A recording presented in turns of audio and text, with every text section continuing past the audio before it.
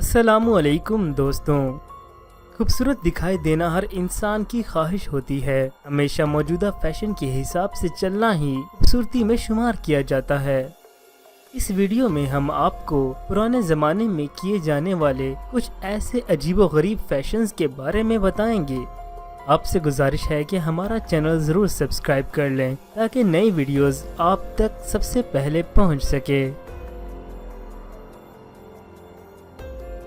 दुनिया में मुख्तलिफ कबीले अपने जिस्मों को खूबसूरती देने के लिए उनमें अजीबोगरीब तब्दीलियां करवाते चले आ रहे हैं। तकरीबन 13वीं सदी में चाइना में एक अजीबोगरीब फैशन देखने को सामने आता है। उस वक्त औरतों के छोटे पाँव को खूबसूरती में शुमार किया जाता था, जिसे फुट बाइंडिंग कहा जाता है। जब लड़की 5 या 6 साल की होती थी तो उसके पाँव पर मजबूत जूता बांध दिया जाता था ताकि जिस्म के साथ साथ पाँव का साइज ना बढ़े। फुट बाइंडिंग में लड़की के पाँव का साइज उतना ही रह जाता था जितना कि एक 5 या 6 साल की बच्ची का होता है, लेकिन पाँव की कुदरती शक्ल मुकम्मल तौर पर मसख हो जाती थी। मगर उस वक्त के लिहाज से लड़की का ऐसा पाँव ही खूबसूरती की अलामत समझा जाता था।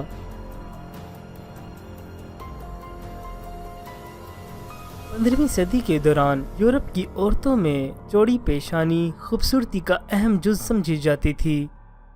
अगर आपने कभी उस दौर की पेंटिंग्स नहीं देखी तो आप स्क्रीन पर देख सकते हैं कि कैसे औरतें अपनी पेशानी को चौड़ा करने के लिए अपने बालों की लाइंस कटवा कर पेशानी को कुशादा कर लिया करती थीं, और वो औरत जो ऐसा करती थी उसे खूबसूरत शुमार किया जाता था।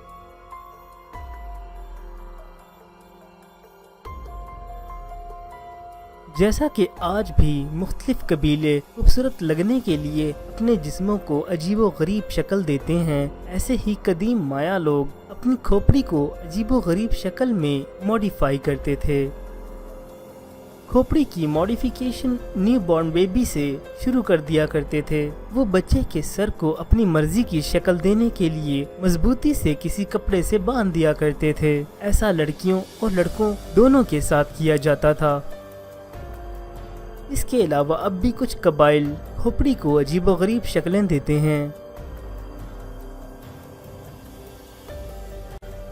चाइना में लंबे नाखून रखने का रिवाज 1650 से लेकर 1890 तक के अरसे पर मुहित है।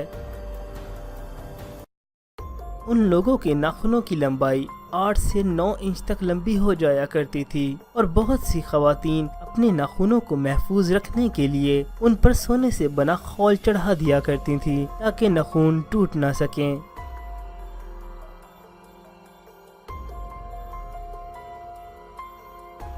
यूरोप में मिडिल एज में बहुत से लोगों के नजदीक औरत के चेहरे पर आईलैशेस और आईब्रोज उसकी खूबसूरती में कमी करती थी।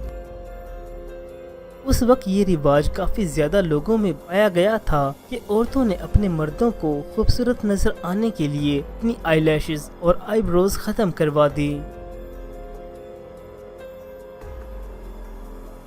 दुनिया भर में चमकदार दांत खूबसूरती की अलामत समझे चले आए हैं, मगर जापानी औरतों में एक लंबे अरसे तक शादी के बाद अपने दांतों को काला करने का रिवाज कायम रहा।